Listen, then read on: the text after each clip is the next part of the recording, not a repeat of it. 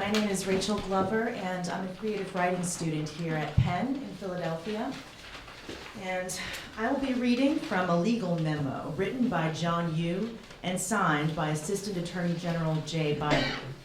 The August 1st, 2002 memo addresses the proposed interrogation of a detainee named Abu Zubaydah.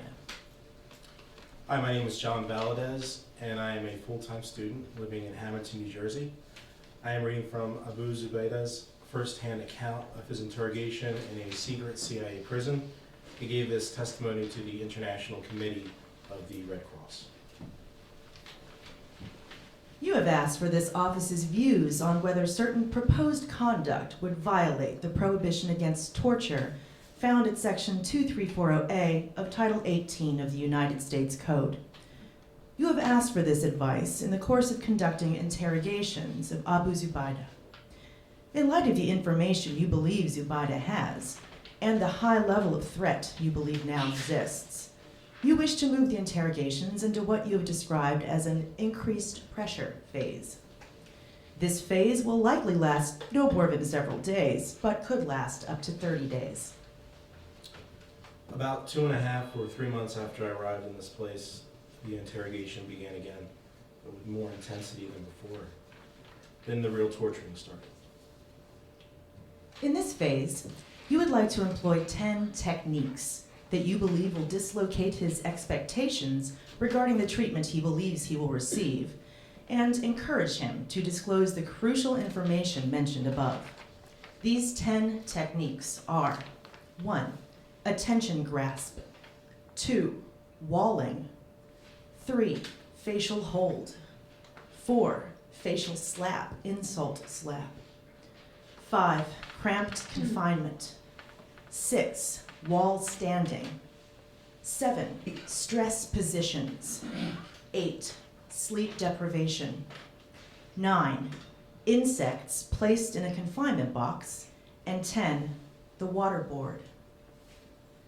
You have informed us that you expect these techniques to be used in some sort of escalating fashion, culminating with the waterboard, though not necessarily ending with this technique. 2 black wooden boxes were brought into the room outside my cell. One was tall, slightly higher than me and narrow, measuring perhaps 1 meter by 3/4 of a meter and 2 meters in height. The other was shorter, perhaps only 1 meter in height. I was taken out of my cell, and one of the interrogators wrapped a towel around my neck. They then used it to swing me around and smash me repeatedly against the hard walls of the room. I was also repeatedly slapped in the face. As I was still shackled, the pushing and pulling around meant that the shackles pulled painfully on my ankles.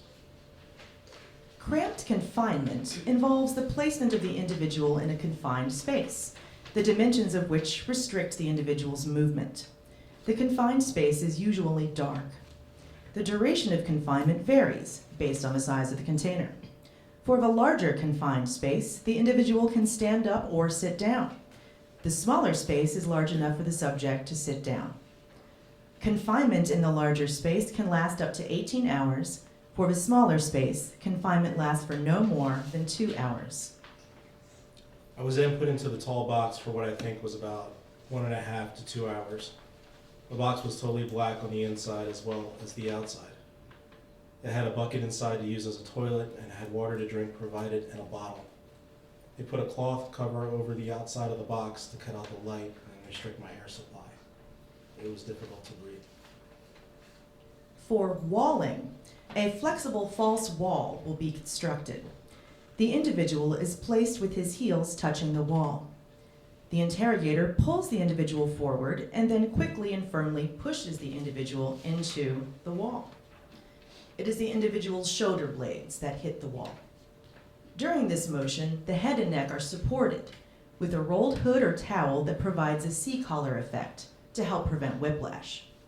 To further reduce the probability of injury, the individual is allowed to rebound from the flexible wall. You have orally informed us that the false wall is in part constructed to create a loud sound when the individual hits it, which will further shock or surprise the individual. When I was let out of the box, I saw that one of the walls of the room had been covered with plywood sheeting. From now on, it was against this wall that I was then smashed with the towel around my neck. I think that the plywood was there to provide some absorption of the impact of my body. The interrogators realized that smashing me against the hard wall would probably quickly result in physical injury. During these torture sessions, many guards were present, plus two interrogators who did the actual beating, still asking questions, which the main interrogator left to return when the beating was over. After the beating, I was then placed in the small box. They placed a cloth or cover over the box to cut out all the light and restrict my air supply. As it was not high enough to even sit upright, I had to crouch down. It was very difficult because of my wounds. The wound on my leg began to open and started to bleed. I don't know how long I remained in the small box. I think I may have slept or maybe fainted. Finally, you would like to use a technique called the waterboard. In this procedure, the individual is bound securely to an inclined bench, which is approximately 4 feet by 7 feet. The individual's feet are generally elevated. A cloth is placed over the forehead and eyes. Water is then applied to the cloth in a controlled manner. As this is done, the cloth is lowered until it covers the nose and mouth. Once the cloth is saturated and completely covers the mouth and nose, airflow is slightly restricted for 20 to 40 seconds due to the presence of the cloth. This causes an increase in carbon dioxide level in the individual's blood. This increase in carbon dioxide level stimulates increased effort to breathe. I was then dragged from the small box, unable to walk properly and put on what looked like a hospital bed, and strapped down very tightly with belts. A black cloth was then placed over my face, and the interrogators used a mineral water bottle to pour water on the cloth so that I could not breathe. After a few minutes, the cloth was removed and the bed was rotated into an upright position. The pressure of the straps on my wounds was very painful. I vomited. You have orally informed us that this procedure triggers an automatic physiological sensation of drowning that the individual cannot control, even though he may be aware that he is in fact not drowning. I struggled against the straps, trying to breathe, but it was hopeless. I thought I was going to die. I lost control of my urine. Since then, I still lose control of my urine when under stress. In order for pain or suffering to rise to the level of torture, the statute requires that it be severe. Although the confinement boxes, both small and large, are physically uncomfortable because their size restricts movement, they are not so small as to require the individual to contort his body to sit or stand. I was then placed again in the tall box. While I was inside the box, loud music was played again and somebody kept banging repeatedly on the box from the outside. I tried to sit down on the floor, but because of the small space, the bucket with urine tipped over and spilt over me. I remained in the box for several hours, maybe overnight. No pain, even approaching severe pain, results. I was then taken out, and again a towel was wrapped around my neck, and I was smashed into the wall and repeatedly slapped in the face by the same two interrogators as before. I was then made to sit on the floor with a black hood over my head until the next session of torture began. As we explained in the Section 3240A memorandum, pain and suffering is best understood as a single concept, not distinct concepts of pain as distinguished from suffering. This went on for approximately 1 week. During this time, the whole procedure was repeated 5 times. The waterboard, which inflicts no pain or actual harm whatsoever, does not, in our view, inflict severe pain or suffering. On each occasion, I was suffocated once or twice and was put in the vertical position on the bed in between. On one occasion, the suffocation was repeated 3 times. I vomited each time. Even if one were to treat suffering as a distinct concept, the waterboard cannot be said to inflict severe suffering. I collapsed and lost consciousness on several occasions. Eventually, the torture was stopped by the intervention of the doctor. The waterboard is simply a controlled acute episode.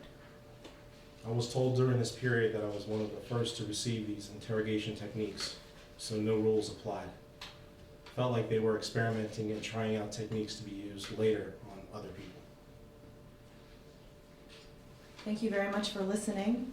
In conclusion, again, my name is Rachel Glover. I'm a student here at the University of Pennsylvania, And it has been a privilege to be a part of this program. I think it's very important for us to reckon with torture because each individual citizen does have personal responsibility. The citizens are in charge, we're the boss, so we have to take accountability for what's going on.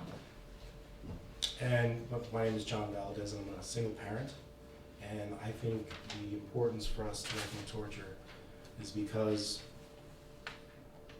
as we pass on, whatever it is that we pass on to our children, it's important that we include anything that's as violent or as horrible as what we're reading today.